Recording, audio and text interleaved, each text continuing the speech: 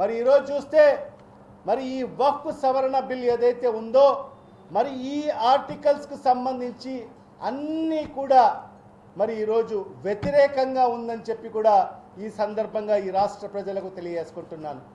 Article 14, article 15, article 25, article 26, article 300 ఇవన్నీ కూడా ఉల్లంఘన జరిగాయి ఈ వక్ఫ్ చట్టం 2025లో అని చెప్పి కూడా ఈ సందర్భంగా తెలియజేసుకుంటున్నాను.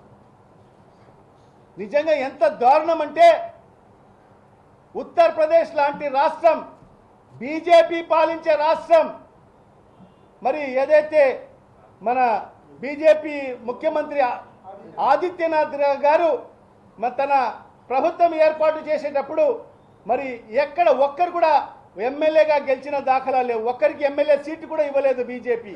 మరి అలాంటి వాళ్ళు కూడా మరి ఒకరికి ఎమ్మెల్సీ ఇచ్చి మరి మంత్రివర్గంలో అవకాశం ఇచ్చిన ఘనత యోగి ఆదిత్యనాథ్ది.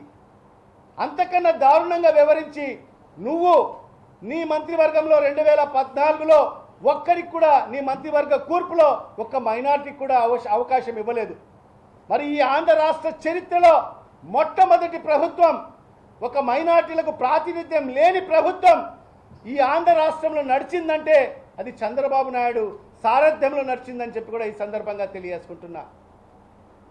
మళ్ళీ ఎన్నికలు సమీపిస్తున్న తరుణంలో మళ్ళీ మైనార్టీలకు అవసరము, మైనార్టీ ఓటు బ్యాంక్ అవసరమని భావించి మరి కేవలం 4-5 నెలల కోసం మరి ఆ రోజు ఎన్ఎండి ఫరూక్కు మళ్ళా మంత్రి పదవి అవకాశం ఇవ్వడం జరిగింది. మరి ఈ రకంగా అవకాశవాది, నిజంగా చెప్తే పెద్దలు చెప్తారు ఏదో ఊసిరివెల్లి అని చెప్పి, ఊసిరివెల్లి రంగులు మార్స్తుందంట. ఊసిరివెల్లి కన్నా ఎక్కువ రంగులు మార్చే నాయకుడు ఈ దేశంలో ఎవరన్నా ఉండాడంటే అది ఒక్క చంద్రబాబు నాయుడు మాత్రమే. ఎప్పుడు సందర్భాన్ని బట్టి ఆయన అవకాశం కోసం, ఆయన రాజకీయ లబ్ధి కోసం ఏ రంగైనా మారుస్తాడు, ఎవరైనా మోసం చేస్తాడు. ఎందుకంటే పిల్లనిచ్చిన మామనే వెన్నుపోటు పొడిచిన వ్యక్తి మరి ఈరోజు మైనార్టీలకు వెన్నుపోటు పొడవడం ఆయనకు అంత వెన్నత పెట్టిన విద్య అది. మరి ఈ బిల్లుకు వ్యతిరేకించండి అని చెప్పి, ఎందుకంటే ఈరోజు కేంద్ర ప్రభుత్వం ఈరోజు మీ యొక్క బలంతోనే నిలబడి ఉంది. మీరు వ్యతిరేకిస్తే ఖచ్చితంగా ఈ బిల్లు వీగిపోతుందని చెప్పి కూడా మా ఏదైతే ఆర్గనైజేషన్కు సంబంధించిన మరి అనేక పెద్దలు, మత పెద్దలందరూ కూడా మిమ్మల్ని కలవడం జరిగింది చంద్రబాబు నాయుడిని. మరి వాళ్ళందరినీ కూడా నమ్మబలికి మీకు ఎక్కడ అన్యాయం చెయ్యనని చెప్పి మొన్నటికి మొన్న పవిత్ర రంజాన్ మాసంలో ఒక ఇఫ్తార్ విందులో ముస్లిం సోదరులకు ఇఫ్తార్ విందు ఇస్తూ మరి ఆ ఇఫ్తార్ విందులో కూడా చెప్పడం జరిగింది, మైనార్టీల మీద నేను ఈగ కూడా వాలనీయను, మరి వాళ్ళ వక్కు సంబంధించిన ఆస్తులను రక్షిస్తాను అని చెప్పిన మాటలు ఇప్పటికీ గుర్తుండాయి.